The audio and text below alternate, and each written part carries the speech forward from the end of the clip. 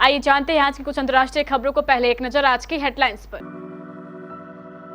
जारी रहेगा रिवाज या बनेगा इतिहास, बीजेपी कांग्रेस आप में कौन मारेगी बात। विवाद राज्यपालों का, दक्षिण भारत के 3 राज्य शामिल, सरकार संग तेज हुई जंग। संजय राउत 3 माह के बाद जेल से रिहा, मनी लॉन्ड्रिंग मामले में आज ही मिली है बेल। अखिलेश के लिए आसान नहीं सपा की विरासत, मैनपुरी सीट बचा पाना। झट फैसला झट वापसी, एलन मस्क का दिखा एक और तमाशा। भूकंप के झटकों से हिला अंडमान और निकोबार, रिक्टर स्केल पर 4.3 रही तीव्रता। गुजरात के पूर्व सीएम और डिप्टी सीएम का ऐलान, नहीं लड़ेंगे गुजरात चुनाव। अमेरिका में दिलचस्प मोड़ पर पहुंचा मध्य अवधि चुनाव, रिपब्लिकन पार्टी आगे। अभिषेक बच्चन ने प्रमोशन के दौरान शाहरुख का किया जिक्र, कहा उनकी एडवाइस से मेरे करियर को नया शेप मिला। जीत की दुआ हुई कबूल, मिस्ट्री गर्ल छाई। पहाड़ी राज्य हिमाचल प्रदेश चुनाव की दहलीज पर खड़ा है। 12 नवंबर को वोटिंग होने वाली है। जनता का मत तय करेगा कि राज्य में रिवाज कायम रहेगा या इस बार इतिहास रचा जाएगा। रिवाज कायम रहा तो 68 विधानसभा सीटों वाले हिमाचल में कांग्रेस की सत्ता वापसी हो जाएगी और अगर इतिहास रचा गया तो एक बार फिर बीजेपी सरकार बना ले जाएगी। अब वोटिंग तो 12 तारीख को होनी है, लेकिन जनता के मन में क्या चल रहा है इसे जानने के लिए जमीन पर 3 ओपिनियन पोल किए गए हैं। 2 ओपिनियन पोल में एक पार्टी को स्पष्ट बहुमत दिख रहा है तो दूसरे पोल में कांटे की टक्कर की ओर इशारा किया जा रहा है।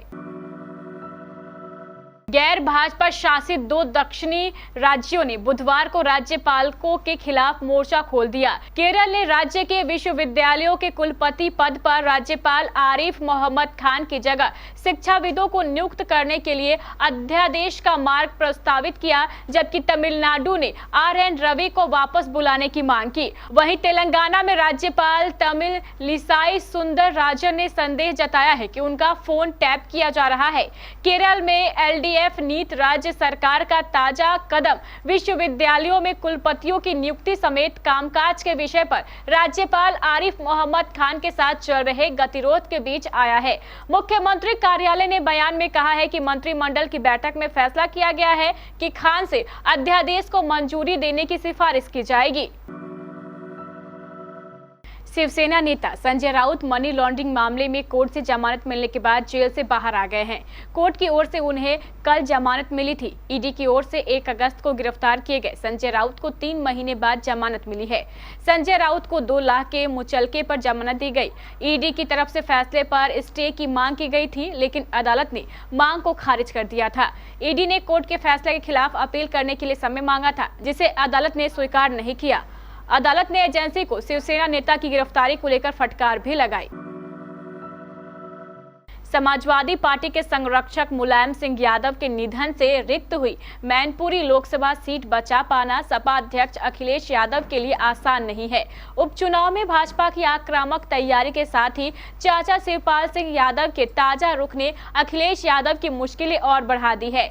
मैनपुरी में मुलायम की सियासी विरासत आगे बढ़ाने के लिए सैफई परिवार को एक कर अखिलेश अभी तक प्रत्याशी चयन भी नहीं कर पाए हैं। मैनपुरी लोकसभा सीट पर सपा वर्ष 1996 से लगातार 7 बार जीतती आई है। उसने इस दौरान 2 उपचुनाव भी जीते हैं। ट्विटर के नए मालिक एलन मस्क इस प्लेटफॉर्म को लेकर कई प्रयोगों के दौर से गुजर रहे हैं। इस बीच कंपनी ने एक प्रयोग किया और फिर उस पर एलन मस्क का जो जवाब आया उससे मामला तमाशे में बदल गया।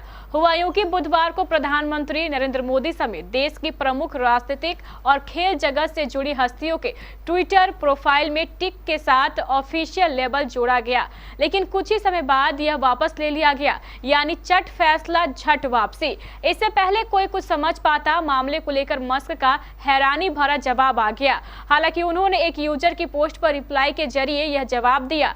ट्विटर के नए मालिक एलन मस्क ने ट्वीट में लिखा, कृपया ध्यान दें कि ट्विटर आने वाले दिनों में बहुत सारी मूर्खतापूर्ण चीजें करेगा।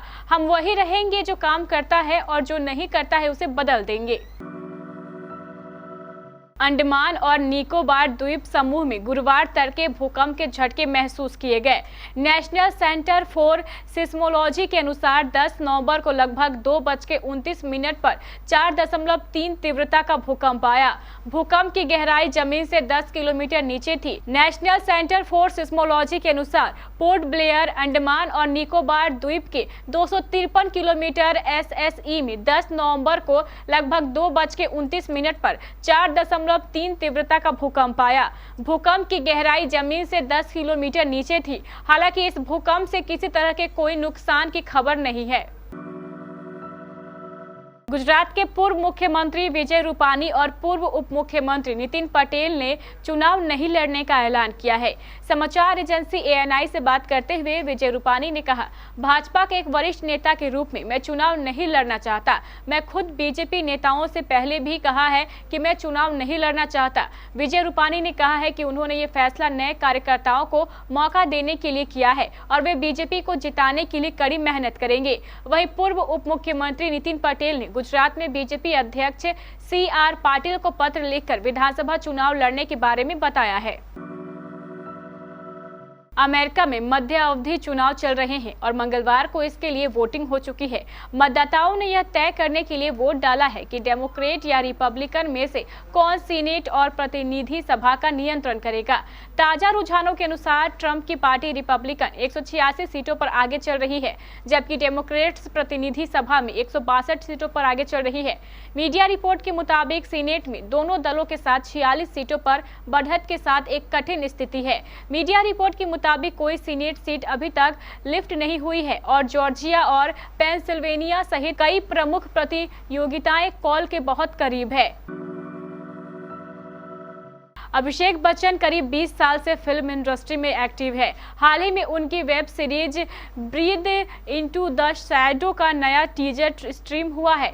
इसमें प्रमोशन के दौरान उन्होंने अपने शुरुआती दिनों को याद करते हुए कहा कि शाहरुख खान से मिली सलाह ने उनके करियर को एक नई दिशा दे दी।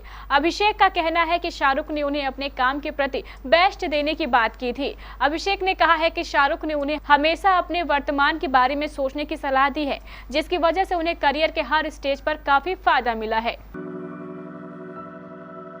Pakistan ICC T20 world cup के फाइनल में पहुंच गया है। गेंदबाजों के शानदार प्रदर्शन और बाबर आजम, मोहम्मद रिजवान के अर्धशतकों के दम पर सेमीफाइनल में उसने न्यूजीलैंड को मात दी।